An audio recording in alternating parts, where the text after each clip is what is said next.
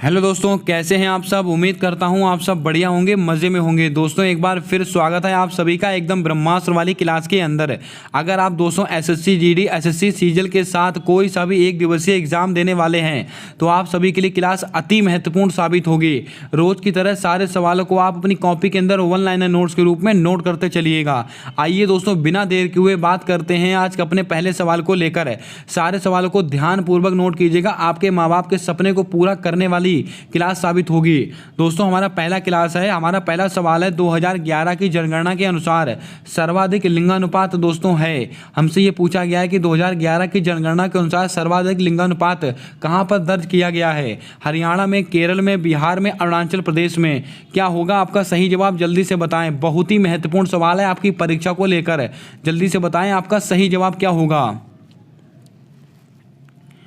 भाइयों बहनों आपको बता दें 2011 की जनगणना के अनुसार सर्वाधिक लिंगानुपात कहां पर दर्ज किया गया है, तो आप नोट कर लें, ये दर्ज किया गया है केरल के अंदर। आपका ऑप्शन नंबर बी बिल्कुल करेक्ट जवाब होगा। इसके ऊपर आप स्टार लगाकर इसको नोट करेंगे। दोस्तों अगर आपसे प्रश्न में कहा जाता कि 2011 की जनगणना के अनुसार सबसे कम लिंगानुपात कहां पर दर्ज किया गया है, तो आपका जवाब हो जाता हरियाणा। यहाँ पर दोस्तों क्या है, निम्न।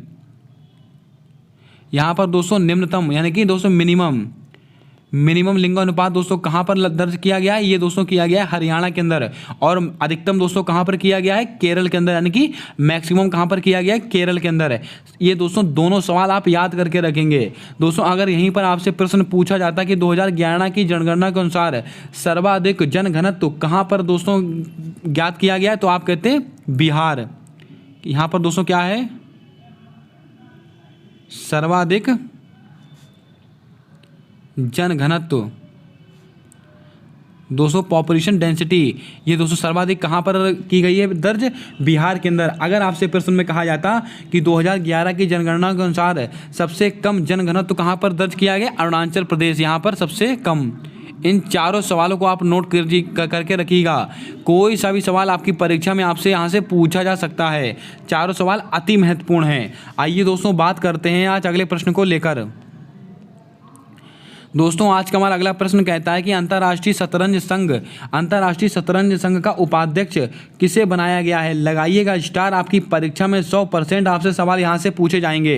दोस्तों विश्वनाथ आनंद को बनाया गया, रोजर बिन्नी को बनाया गया, गौरव द्विवेदी को बनाया गया है, थॉमस वॉक को बनाया गया है। क्या होगा आपका सही जवाब, जल्दी से बताएं।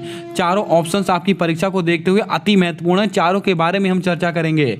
दोस्तों अंतर्राष्ट्रीय शतरंज संघ, इसका उपाध्यक्ष किसको नियुक्त किया गया है, तो आपको नोट करके रखना है विश्वनाथ आनंद। आपका ऑप्शन नंबर ए बिल्कुल करेक्ट जवाब होगा। इसके ऊपर आप इंपॉर्टेंट लगाकर इसको नोट करेंगे।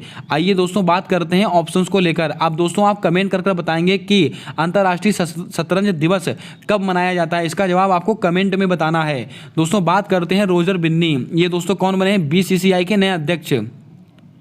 बीसीसीआई, इसके दोस्तों अध्यक्ष कौन बनाए गए हैं, रोजर बिन्नी बनाए गए हैं। इसको आप दोस्तों नोट करके रखिएगा, बहुत ही महत्वपूर्ण सवाल है आपकी परीक्षा को लेकर। गौरव द्विवेदी, ये दोस्तों कौन बने हैं, प्रसार भारती के अध्यक्ष। प्रसार भारती दोस्तों इसके अध्यक्ष कौन बने हैं, गौरव द्विवेदी जी बने हैं। इसको भी आपको नोट करके रखना है। थॉमस वॉक, बहुत ही महत्वपूर्ण सवाल। अंतर्राष्ट्रीय ओलंपिक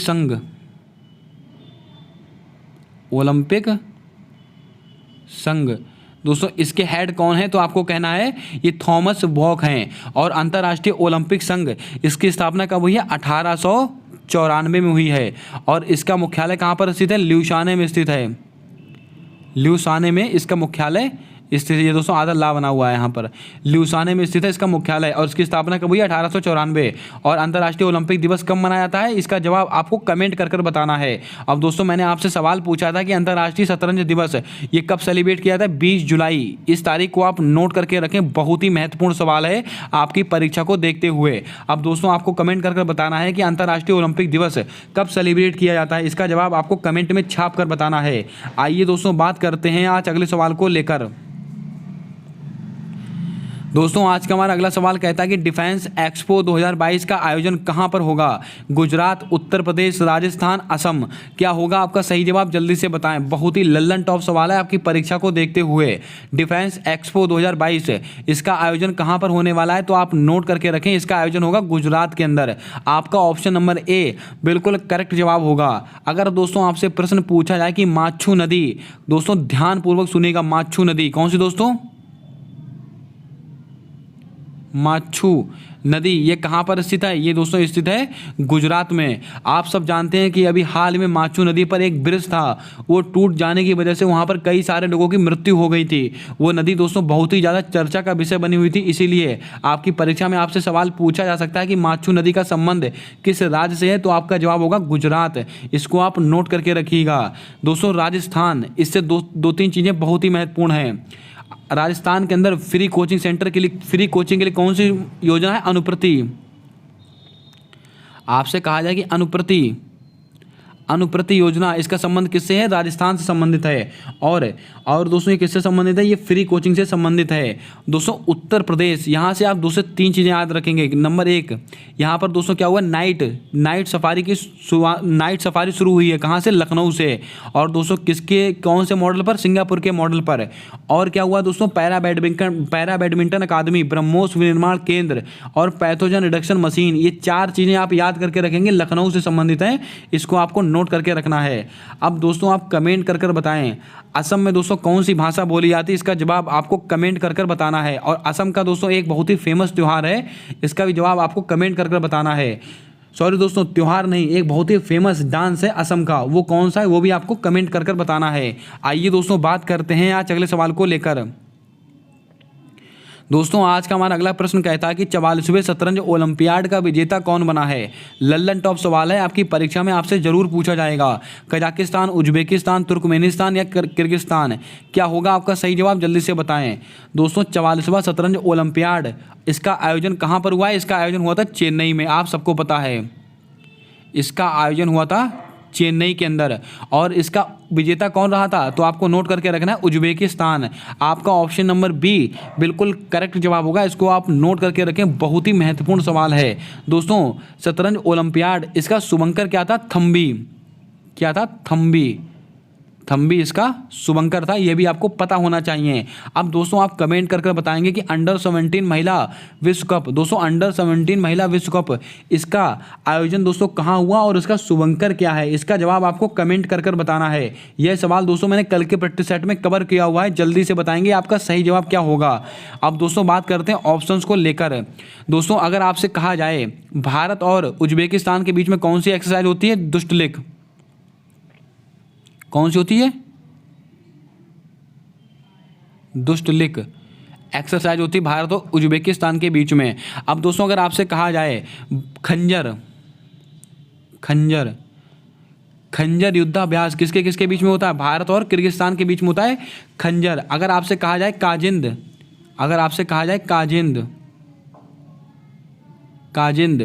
काजिंद एक्सरसाइज किसके बीच में होती है? भारत और कजाकिस्तान के बीच में। इसको भी आप नोट करेंगे, ये भी सवाल आपसे परीक्षा में पूछे जा सकते हैं। आइए दोस्तों बढ़ते हैं आज अगले प्रश्न को लेकर। दोस्तों आज का हमारा अगला प्रश्न कहता है कि लंपी त्वचा रोग की स्वदेशी वैक्सीन कौन सी है? लंपी वाईवैक, लंपी प्रोवाइक, लंपी प्रोबैक या लंपी प्रतिरोधक। क्या होगा आपका सही जवाब? जल्दी से बताएं। दोस्तों आप सब जानते हैं कि हमारे भारत देश में लंपी वायरस का, यानी कि दोस्तों लंपी त्वचा रोग का कितना ज़्यादा कहर था। सारे पशुओं के ऊपर एकदम से मोटे मोटे चकत्ते पड़ जाते थे और उनकी इस वजह से मृत्यु हो जाती थी और वो दूध देना कम कर देते थे। दोस्तों मवेशियों में होने वाली एक बहुत ही भयानक बीमारी थी, जिसकी दोस्तों स्वदेशी वैक्सीन हमारे भारत देश में इसकी इजाद कर लिया गया है। और दोस्तों कई सारे जो मवेशी हैं उनकी जान भी इससे बचाई जा चुकी है। अब आप कमेंट करके बताएंगे कि दोस्तों अब आपको आंसर बताना है कि लंपी त्वचा रोग की स्वदेशी वैक्सीन कौन सी है। तो आप नोट कर लें, बहुत ही महत्वपूर्ण सवाल है, लंपी प्रोबैक। आपका ऑप्शन नंबर सी बिल्कुल करेक्ट जवाब होगा। दोस्तों अब आप कमेंट करके बताएंगे कि कोवैक्सीन का निर्माण किस कंपनी के द्वारा किया गया है? इसका जवाब आपको कमेंट कर बताना है। बहुत ही महत्वपूर्ण सवाल है आपकी परीक्षा को लेकर। अगर दोस्तों आपसे कहा जाए कि सर्वाइकल कैंसर, बहुत ही महत्वपूर्ण सवाल बता रहा हूं आपको,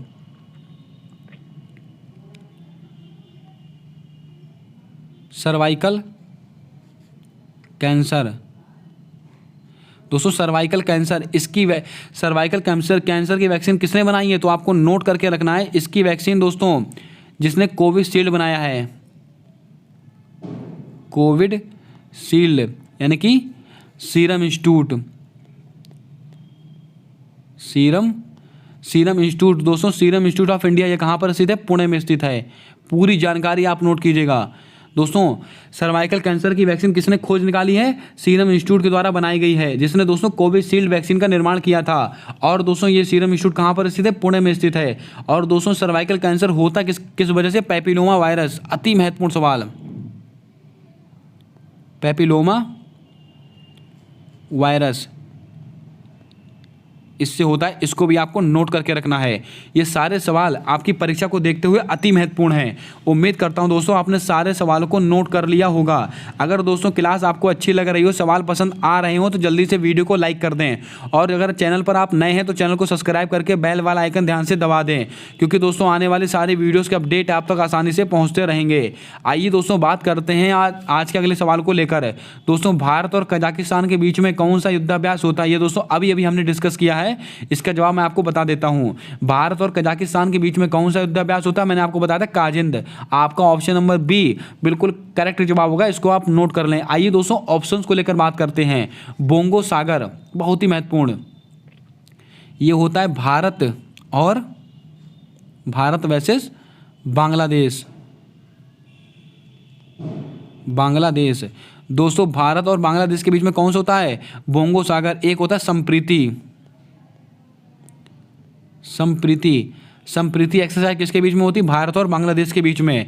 दोस्तों सिम्बैक्स, बहुत ही महत्वपूर्ण सवाल, भारत वर्सेस श्रीलंका। ये दोस्तों सिम्बैक्स भारत और श्रीलंका के बीच में होता है। और दोस्तों एक श्रीलंका के बीच में होता है मित्र शक्ति, भारत और श्रीलंका के बीच में होता है दोस्तों मित्र शक्ति एक्सरसाइज किसके बीच में होती है? भारत और श्रीलंका के बीच में। उदार शक्ति दोस्तों भारत और मलेशिया इसके बीच में होती है उदार शक्ति। इन सारी एक्सरसाइज को आप याद करके रखें। कोई सा भी सवाल आपकी परीक्षा में आपको नंबर दिला सकता है, आपके माँ बाप के सपने को पूरा कर सकता है। अब आप दोस्तों कमेंट करके बताएं कि मैं आपको क्वेश्चन पूछता हूं आपसे कि धर्मगोर्जन युद्धाभ्यास किसके बीच में होता है? इसका जवाब आपको कमेंट कर बताना है। आइए बढ़ते हैं आज अगले सवाल को लेकर। भाइयों बहनों आज का हमारा अगला प्रश्न कहता है कि SCO शंघाई सहयोग संगठन, इसकी 2022 की बैठक कहाँ आयोजित हुई? यहाँ से आपकी परीक्षा में सवाल पूछे जाने की प्रबल संभावना है। जापान, ऑस्ट्रेलिया, अमेरिका या उज्बेकिस्तान? क्या होगा आपका सही जवाब? जल्दी से बताएं। SCO शंघाई सहयोग संगठन 2022 की बैठक कहाँ पर आयोजित हुई है? तो आपको नोट कर लेना है, ये हुई है उज्बेकिस्तान में। और दोस्तों उज्बेकिस्तान में भी कहाँ पर हुई है ये भी आपको पता होना चाहिए। समरकंद यहाँ पर आयोजित हुई है, इसको भी आप नोट करें। अब दोस्तों आपसे प्रश्न पूछा जा सकता है कि SCO दोस्तों इसका अगर आपसे कहा जाए कि इसने अपनी पहली सांस्कृतिक और पर्यटन राजधानी किसको बनाया? वाराणसी को बनाया है। इसको भी आपको नोट करना है। और इसका मुख्यालय कहाँ पर स्थित है इसका SCO का? यह भी आपके लिए बहुत ही महत्वपूर्ण सवाल है, इसको भी आप ध्यान में रखेंगे। इसका मुख्यालय स्थित है बीजिंग चाइना में इसका मुख्यालय स्थित है, ये भी आप नोट कर लें। अब दोस्तों आप कमेंट करके बताएं कि SCO में कितने मेंबर शामिल हैं? इसका जवाब आपको कमेंट में बताना है। SCO संगठन 2022 की बैठक कहाँ पर हुई है? उज्बेकिस्तान में समरकंद में हुई है। और इसने अपनी पहली सांस्कृतिक और पर्यटन राजधानी किसको बनाया है? बाबा विश्वनाथ की नगरी वाराणसी को बनाया है। इसका मुख्यालय कहाँ पर स्थित है? बीजिंग चाइना में स्थित है। अब आप कमेंट करके बताएंगे कि SCO में कितने संगठन यानी कितने मेंबर शामिल हैं? इसका जवाब आपको कमेंट कर ही बताना है। आइए दोस्तों बात करते हैं आज अगले सवाल को लेकर। दोस्तों आज का हमारा अगला प्रश्न कहता है कि बौद्धिक संपदा सूचकांक में भारत का कौन सा स्थान है? लगाइएगा स्टार, आपकी परीक्षा के लिए ब्रह्मास्त्र वाला सवाल है। दोस्तों बौद्धिक संपदा सूचकांक में भारत का स्थान 43वां स्थान है, 132वां स्थान है, 180वां स्थान है, 107वां स्थान है। क्या होगा आपका सही जवाब? जल्दी से बताएं। चारों स्थान आपकी परीक्षा में आपसे पूछे जा सकते हैं, चारों स्थान आपको पता होने चाहिए। दोस्तों बौद्धिक संपदा सूचकांक, इसमें दोस्तों भारत का कौन सा स्थान है, तो आपको नोट करके रखना है 43 स्थान है। आपका ऑप्शन नंबर ए बिल्कुल करेक्ट जवाब होगा। इसके ऊपर आप स्टार लगाकर उसको नोट करेंगे। आइए दोस्तों ऑप्शंस को लेकर बात करते हैं। 132वां स्थान, अगर आपसे पूछा जाए कि मानव विकास सूचकांक, मानव विकास सूचकांक, इसमें भारत का स्थान कौन सा है, 132वां स्थान है। 180वां स्थान दोस्तों किसके अंदर है, पर्यावरण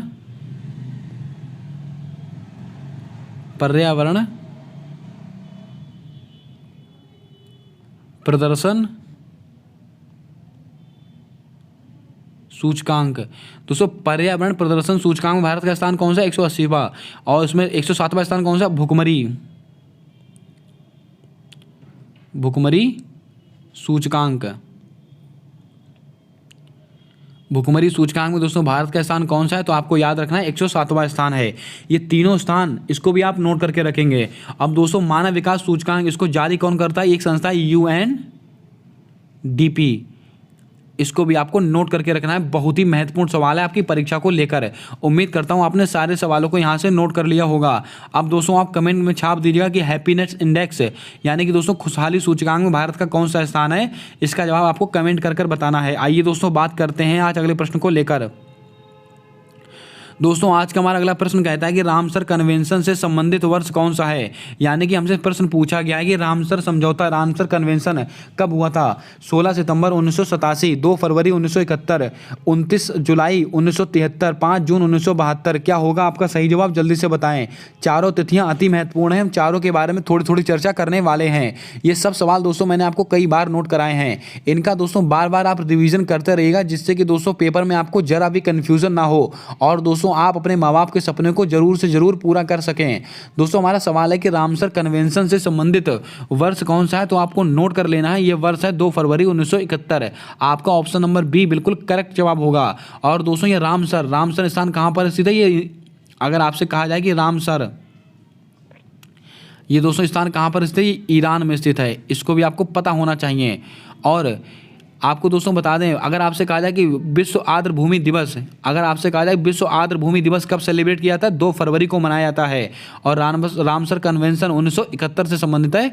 इसको भी आपको नोट करके रखना है। आइए दोस्तों अगर आपसे प्रश्न में दोस्तों एक चीज़ और भी पूछी जा सकती है कि वर्तमान समय भारत में कुल कितनी रामसर साइट हैं, 75 रामसर साइट हैं। एक सवाल, लेकिन सबसे बड़ा सवाल आपसे पूछा जा सकता है कि वर्तमान समय में सर्वाधिक रामसर साइट किस राज्य में स्थित हैं। इसका उत्तर आप यूपी बिल्कुल मत मारिएगा, क्योंकि आपका जवाब गलत हो जाएगा। दोस्तों अब वर्तमान समय भारत में कुल 75 रामसर साइट हैं। और सबसे ज़्यादा रामसर साइट कहाँ पर है, ये सबसे ज़्यादा रामसर साइट है वर्तमान समय में तमिलनाडु में। इसको भी आप नोट कर लें, बहुत ही लल्लन टॉप सवाल है आपकी परीक्षा को लेकर। आइए दोस्तों ऑप्शंस को लेकर बात करते हैं। 16 सितंबर 1987, आप सबको रटा हुआ मॉन्ट्रियल प्रोटोकॉल, मॉन्ट्रियल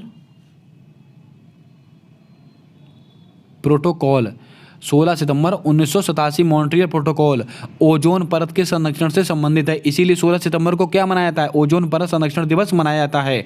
और इस बार की थीम भी आपको याद होनी चाहिए।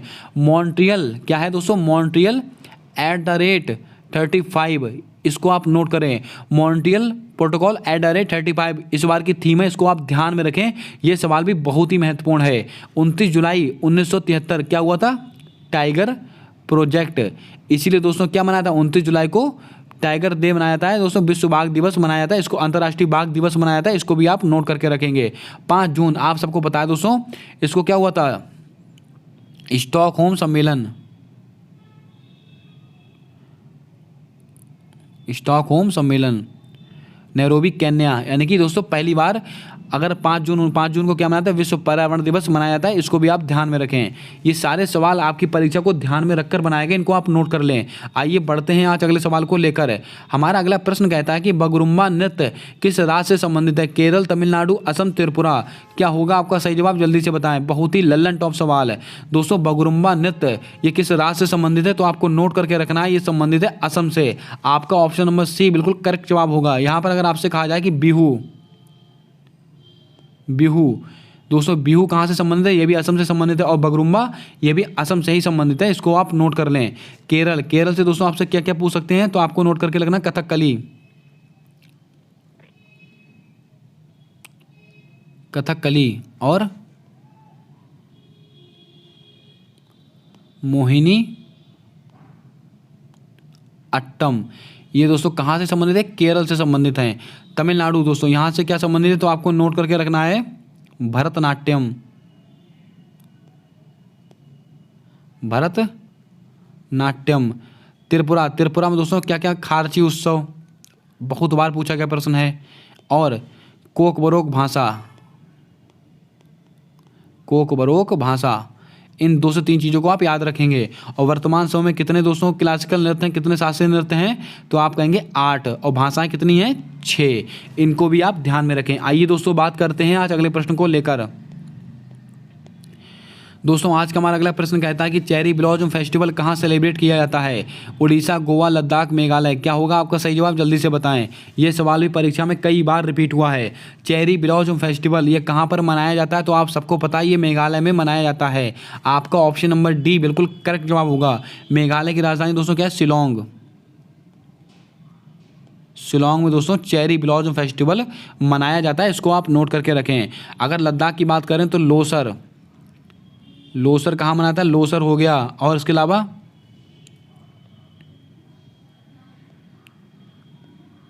स्पुतिक गस्टर, इसके अलावा हेमिस, हेमिस फेस्टिवल। दोस्तों लोसर फेस्टिवल, स्पुतिक गस्टर फेस्टिवल, इसी को दोस्तों मुखौटे वाला डांस कहते हैं, इसी को स्पुतिक गस्टर को। और हेमिस फेस्टिवल ये सब कहाँ मनाते हैं, लद्दाख में। गोवा, गोवा में दोस्तों, गोवा में एक बहुत ही फेमस है, जल्दी से बताएं दोस्तों, गोवा का कौन सा फेस्टिवल बहुत ही फेमस है, जल्दी से बताएं आप गोवा का। उड़ीसा, उड़ीसा में दोस्तों, उड़ीसा में बहुत चीज़ें मनाते हैं। रज पर्व, उड़ीसा में रज पर्व। जगन्नाथ, जगन्नाथ रथ यात्रा। और नुआखाई,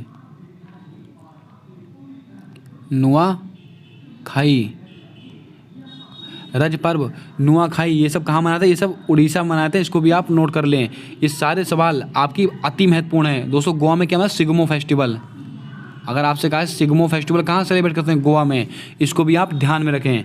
उम्मीद करता हूँ आपने सारे सवालों को नोट कर लिया होगा। आइए बढ़ते हैं आज अगले प्रश्न को लेकर। हमारा अगला सवाल कहता है कि 5वें खेलो इंडिया यूथ गेम का आयोजन कहाँ होंगे। दोस्तों 5वें खेलो इंडिया यूथ गेम, इसका आयोजन कहाँ पर होने वाला है, हरियाणा, मध्य प्रदेश, उत्तर प्रदेश, पंजाब। क्या होगा आपका सही जवाब, जल्दी से बताएं। दोस्तों चौथे कहाँ हुए थे, चौथे हुए थे हरियाणा के अंदर, पंचकुला हरियाणा के अंदर हुए थे चौथे। और इसका शुभंकर क्या था, धाकड़ इसका शुभंकर था। आप सबको मैंने कई बार नोट भी कराया है। लेकिन 5वें कहाँ होंगे, 5वें होंगे मध्य प्रदेश में। आपका ऑप्शन नंबर बी बिल्कुल करेक्ट जवाब होगा। इसके ऊपर आप नोट करके इंपॉर्टेंट में इसको नोट करेंगे। दोस्तों 5वें खेलो इंडिया यूथ गेम, इसका आयोजन कहाँ पर होगा, मध्य प्रदेश में होगा। चौथे क्रम के कहाँ हुए थे, पंचकुला हरियाणा में हुए थे। इसका शुभंकर था धाकड़। अगर दोस्तों यहीं आपसे पूछ लेता कि खेलो इंडिया यूनिवर्सिटी गेम्स, इसका आयोजन कहाँ हुआ था, इसका जवाब आपको कमेंट में बताना है। बहुत ही महत्वपूर्ण सवाल है आपकी परीक्षा को देखते हुए। आइए दोस्तों बात करते हैं आज अगले सवाल को लेकर। दोस्तों आज का हमारा अगला सवाल कहता है कि विश्व कुश्ती चैंपियनशिप में 2 पदक जीतने वाली महिला कौन सी है। निखत जरीन, बबीता फोगाट, विनेश फोगाट, इनमें से कोई नहीं। क्या होगा आपका सही जवाब, जल्दी से बताएं। यह सवाल भी आपकी परीक्षा को देखते हुए अति महत्वपूर्ण है। दोस्तों विश्व कुश्ती चैंपियनशिप में 2 पदक जीतने वाली महिला कौन है, तो आपको नोट कर लेना है विनेश फोगाट। आपका ऑप्शन नंबर सी बिल्कुल करेक्ट जवाब होगा। दोस्तों आपको बता दें, बबीता फोगाट ने भी विश्व कुश्ती चैंपियनशिप में 1 पदक जीता है, लेकिन 2 पदक जीतने वाली दोस्तों कौन है, विनेश फोगाट हैं। इसको आप नोट कर लें, वेरी इंपॉर्टेंट सवाल है आपकी परीक्षा को देखते हुए। दोस्तों यहाँ पर एक नाम दिया है निखत जरीन, इनका संबंध किससे, मुक्केबाजी से, बॉक्सिंग, मुक्केबाजी से इनका संबंध है। अगर आपसे दोस्तों सवाल पूछा जाए अगर आपसे सवाल पूछा है विश्व मुक्केबाजी चैंपियनशिप में दोस्तों भारत को गोल्ड मेडल दिलाने वाली कौन है? निखत जरीन। और ये प्रतियोगिता दोस्तों कहाँ पर हुई थी? ये तुर्की इस्तांबुल में हुई थी। इसको आप नोट कर लें, बहुत ही महत्वपूर्ण सवाल है। अब दोस्तों कॉमनवेल्थ गेम में समापन कार्यक्रम के समय निखत जरीन और शरत कमल ये दोनों कौन थे? ये दोनों ध्वजवाहक थे। और निखत जरीन ने दोस्तों कॉमनवेल्थ गेम के अंदर गोल्ड मेडल दिलाया था अपने भारत देश को बॉक्सिंग के अंदर। यह भी आपको पता होना चाहिए। अब दोस्तों आप कमेंट करके बताएं कि शरत कमल है, इनका संबंध किस खेल से है जिन्होंने कॉमनवेल्थ गेम के अंदर दोस्तों सब सर्वाधिक पदक जीते हैं। और इनको भी हाल ही में मेजर ध्यानचंद पुरस्कार 2022 द्वारा सम्मानित भी किया गया है। बहुत ही महत्वपूर्ण नाम है आपकी परीक्षा को लेकर है। जल्दी से कमेंट करके बताएं कि शरत कमल का संबंध किस खेल से है। आइए दोस्तों बात करते हैं आज अगले सवाल को लेकर। दोस्तों आज का हमारा अगला सवाल कहता है कि सलाल परियोजना किस नदी पर स्थित है? झेलम, चेनाब, रावी, ब्रह्मपुत्र। क्या होगा आपका सही जवाब? जल्दी से बताएं। बहुत ही महत्वपूर्ण सवाल है और दोस्तों नदियों का सवाल आपकी परीक्षा में बनना ही बनना है, कोई रोक नहीं सकता है। सलाल परियोजना ये किस नदी पर स्थित है? तो इसको आप नोट करके रखें। ये दोस्तों चेनाब नदी पर स्थित है। आपका ऑप्शन नंबर बी बिल्कुल सही जवाब होगा। इसके ऊपर आप वेरी इंपॉर्टेंट लगा कर रखें। आइए दोस्तों कुछ और बताते हैं आपको। चेनाब नदी पर दोस्तों कौन कौन सी है? सलाल, और दोस्तों कौन सी है? पकल,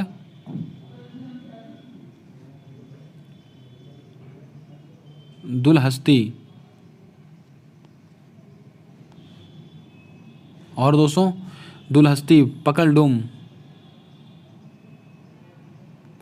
ये दोस्तों किसके हैं? ये सब चेनाब नदी पर हैं। तुलबुल परियोजना, अगर आपसे कहा जाए कि तुलबुल परियोजना ये किस नदी पर स्थित है? ये झेलम नदी पर स्थित है। अब दोस्तों रावी नदी को वेदों में क्या कहते हैं? परुषणी। रावी नदी को वेदों में क्या कहा जाता है? परुषणी कहा जाता है। दोस्तों ब्रह्मपुत्र नदी इस पर क्या स्थित है? माजुली द्वीप स्थित है। माजुली द्वीप स्थित है। और इसको दोस्तों कहाँ पर सांगपो कहते हैं? तिब्बत में इसको सांगपो कहते हैं। इसको भी आपको नोट करके रखना है। उम्मीद करता हूँ दोस्तों आपने सारे प्रश्नों को अच्छे से नोट कर लिया होगा। आइए दोस्तों बात करते हैं आज अगले प्रश्न को लेकर। दोस्तों हिस्ट्री का एकदम लल्लन टॉप सवाल और कई बार परीक्षा में रिपीट हुआ सवाल। कुषाण वंश के संस्थापक कौन है? राजाराज प्रथम, कड़फिसस, दंतीदुर्ग, समुद्रगुप्त। क्या होगा आपका सही जवाब? जल्दी से बताएं। यह भी सवाल अपने आप में बहुत ही महत्वपूर्ण है।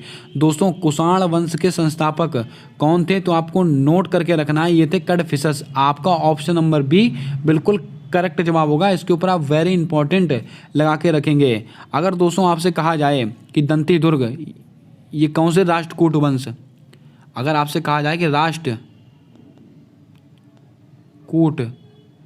राष्ट्रकूट वंश इसके संस्थापक दोस्तों कौन से? दंतीदुर्ग थे। अब दोस्तों राजराज प्रथम किस वंश का सबसे शक्तिशाली शासक राजराज प्रथम था? इसका जवाब आपको कमेंट कर बताना है। अगर आपसे प्रश्न पूछा जाए कि किस वंश का सर्वाधिक शक्तिशाली शासक राजराज प्रथम था, इसका जवाब आपको कमेंट कर बताना है। यह सवाल भी मैं आपको कई बार नोट करा चुका हूँ, कई बार आपको करा चुका हूँ। आइए दोस्तों बात करते हैं आज अगले प्रश्न को लेकर। दोस्तों आज का हमारा अगला और अति महत्वपूर्ण सवाल है। यहाँ से आपकी परीक्षा में आपको नंबर दिलाने वाला हूँ मैं। सेंटर फॉर सिविल लिबर्टी कहाँ की संस्था है? रूस की, यूक्रेन की, अमेरिका की, कनाडा की। दोस्तों इस सवाल को लेने का एक उद्देश्य है कि आपको बहुत ही महत्वपूर्ण जानकारी देना। सेंटर फॉर लिबर्टी ये कहाँ की संस्था है? जल्दी से बताएं आपका सही जवाब क्या होगा। दोस्तों जल्दी से वीडियो को लाइक कर दें और चैनल को सब्सक्राइब करके बेल वाला आइकन ध्यान से दबा दें, क्योंकि दोस्तों आने वाली सारी वीडियोज़ के अपडेट आप तक आसानी से पहुँचते रहें। ये सारी मेहनत आप लोगों के माँ बाप के सपने को पूरा करने के लिए की जाती है। दोस्तों हमारा सवाल कहता है कि सेंटर फॉर सिविल लिबर्टी ये कहाँ की संस्था है? तो इसको आप नोट कर लें। ये दोस्तों यूक्रेन की संस्था है। आपका ऑप्शन नंबर बी बिल्कुल करेक्ट जवाब होगा। अब दोस्तों बात करते हैं रूस की संस्था कौन सी? मेमोरियल।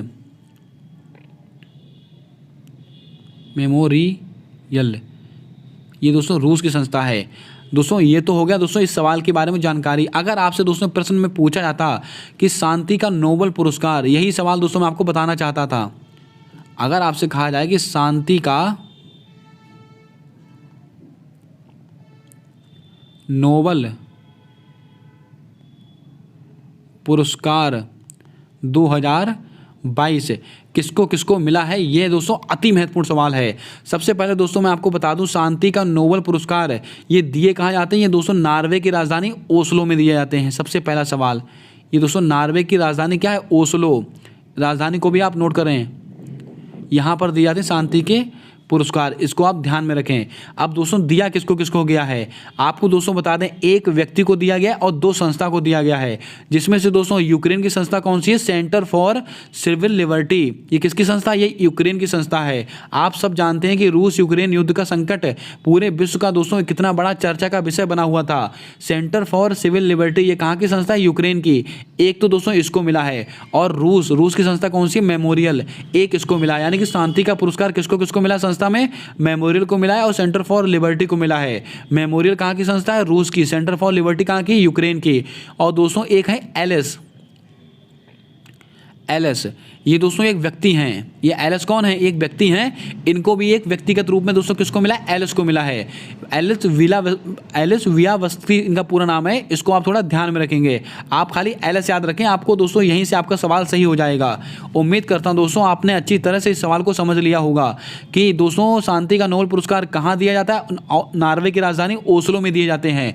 2022 का किसको मिला है, 2 संस्था को मिला है। किसको, मेमोरियल को जो कि रूस की संस्था है, सेंटर फॉर लिबर्टी को जो कि यूक्रेन की संस्था है, और व्यक्तिगत रूप में किसको मिला है, एलिस को मिला है। इसको आप ध्यान में रखें। यानी कि दोस्तों 3 लोगों को मिला है, 2 संस्था है, 1 व्यक्ति है। आइए दोस्तों बात करते हैं आज अगले सवाल को लेकर।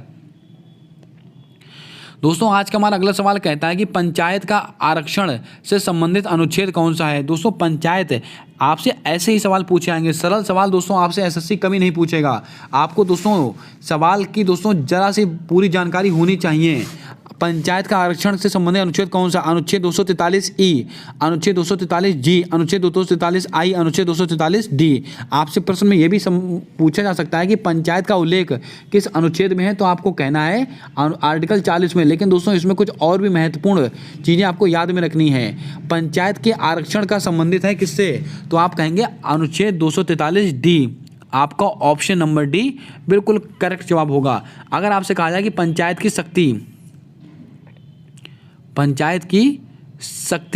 तो दोस्तों आपका जवाब हो जाता है क्या, पंचायत की शक्ति से संबंधित है अनुच्छेद 243 अगर आपसे कहा जाए कि पंचायत का दोस्तों इनकम यानी कि वित्त,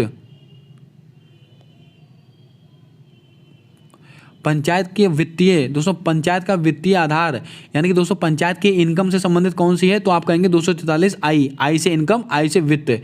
इसको भी आप नोट करके रखें। दोस्तों पंचायत का दोस्तों 243 ये किससे संबंधित है। दोस्तों थोड़ा टफ सवाल है, जल्दी से कमेंट करके बताएंगे 243 में पंचायत का दोस्तों किस चीज़ का उल्लेख है, इसका जवाब आपको कमेंट कर बताना है। बहुत ही महत्वपूर्ण सवाल है, सारे के सारे आप सबको नोट करके रखेंगे। अगर दोस्तों आपसे यहाँ पर आता 243 अगर आपसे कहते हैं पंचायत में 243 का संबंध किससे है, तो ये चुनाव से संबंधित है, इसको भी आपको नोट कर लेना है। ये भी सवाल आपसे परीक्षा में पूछे जा सकते हैं। आइए दोस्तों बात करते हैं आज अगले प्रश्न को लेकर। दोस्तों यहाँ पर सवाल है कि रत्नावली किसकी पुस्तक है। बहुत ही सिंपल सवाल है, वात्सायन की है, पतंजलि की है, कालिदास की, हर्षवर्धन की है। क्या होगा आपका सही जवाब, जल्दी से बताएं। दोस्तों रत्नावली किसकी पुस्तक है, आप सबको अच्छी तरह से पता होगा। ये किसकी पुस्तक है, ये हर्षवर्धन की पुस्तक है। आपका ऑप्शन नंबर डी बिल्कुल सही जवाब होगा। दोस्तों पतंजलि की कौन सी, महाभाष्य ये किसकी पुस्तक है, पतंजलि की पुस्तक है। दोस्तों वात्सायन की कौन सी पुस्तक है, जल्दी से कमेंट में छाप दीजिएगा। दोस्तों कालिदास की दोस्तों बहुत सारी पुस्तक है, अभिज्ञान शकुंतलम और मालविकाग्निमित्रम, ये सब दोस्तों किसकी पुस्तक है, कालिदास की पुस्तक है। ये भी आप मेघदूतम, ये सब पुस्तकें कालिदास के हैं, इसको भी आप ध्यान में रखें, ये भी आपसे परीक्षा में पूछी जा सकती हैं। आइए दोस्तों बात करते हैं आज अगले सवाल को लेकर। दोस्तों ये लीजिए आपकी परीक्षा में बिल्कुल आने वाला सवाल है। लता मंगेशकर पुरस्कार 2021 किसे प्राप्त हुआ है। सोनू निगम को मिला है, कुमार सानू को मिला है, नरेंद्र मोदी को मिला है, शशि थरूर को मिला है। क्या होगा आपका सही जवाब, जल्दी से बताएं।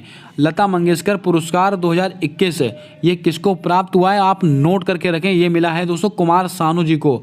आपका ऑप्शन नंबर बी बिल्कुल करेक्ट जवाब होगा। अगर दोस्तों आपसे प्रश्न में कहा जाता लता दीनानाथ, बहुत ही महत्वपूर्ण सवाल, लता दीनानाथ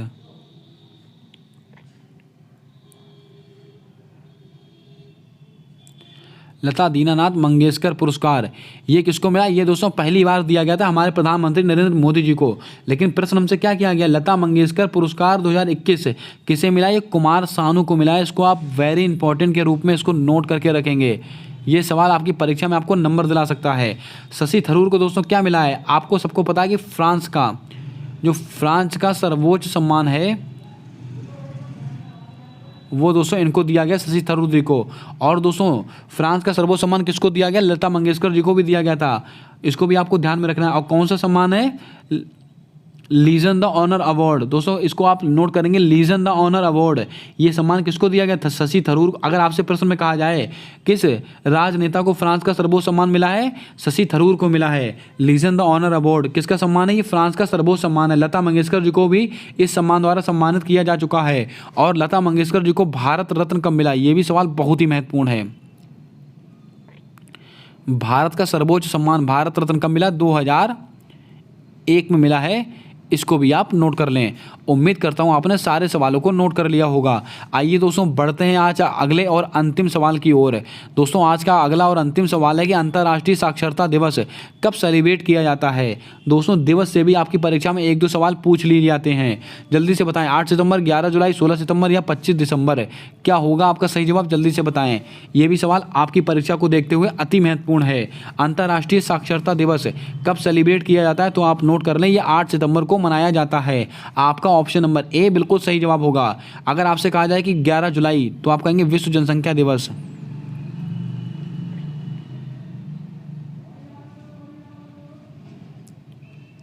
विश्व जनसंख्या दिवस 11 जुलाई। और इसकी थीम क्या है दोस्तों? 8 बिलियन दोस्तों इस बार की थीम है। इसको आप नोट करके रखें, 8 अरब। इसको भी आपको याद होना चाहिए। 16 सितंबर दोस्तों आपको बता दिया दोस्तों, O3 यानी कि ओजोन परत के संरक्षण से संबंधित है। 25 दिसंबर वीर दोस्तों 25 नहीं 26 दिसंबर की क्या मनाता है? वीरवाल दिवस 26 दिसंबर को मनाया था। ये भी आपको पता होना चाहिए। ये सारे सवाल आपकी परीक्षा को देखते हुए अति महत्वपूर्ण है। अब आप दोस्तों कमेंट करके बताएंगे कि विश्व धरोहर दिवस कब सेलिब्रेट किया था? इसका जवाब आपको कमेंट में छाप के बताना है। उम्मीद करता हूं दोस्तों आज की क्लास आपको पसंद आई होगी, आज के सवाल आपको समझ में आए होंगे। अगर दोस्तों आज की क्लास आपको अच्छी लगी हो, सवाल पसंद आए हो, तो जल्दी से वीडियो को लाइक कर दें। दोस्तों ये कहने को केवल 20 सवाल हैं, लेकिन आपको दोस्तों 20 सवालों से 40 से 50 बल्कि दोस्तों 70 से 80 सवाल दोस्तों मैं आपको डेली बताता हूं। इससे दोस्तों आपको जो नया सवाल भी आपको बताता हूं और पुराना भी आपको रिवाइज कराते चलता हूं। पेपर में दोस्तों आप बैठेंगे तो आप कहेंगे कि हाँ मैंने कुछ अच्छा सीखा है। इसको दोस्तों आप लाइक कीजिएगा और अपने दोस्तों तक जरूर शेयर कीजिएगा जो किसी भी चीज़ की तैयारी कर रहे हों। उम्मीद करता हूं दोस्तों आपको क्लास पसंद आई होगी। मिलते हैं आने वाले अगली वीडियो में, तब तक के लिए जय हिंद, जय भारत। दोस्तों अपना सपोर्ट, अपना प्यार हमारे यूट्यूब चैनल के साथ हमेशा यूं ही बनाकर रखें।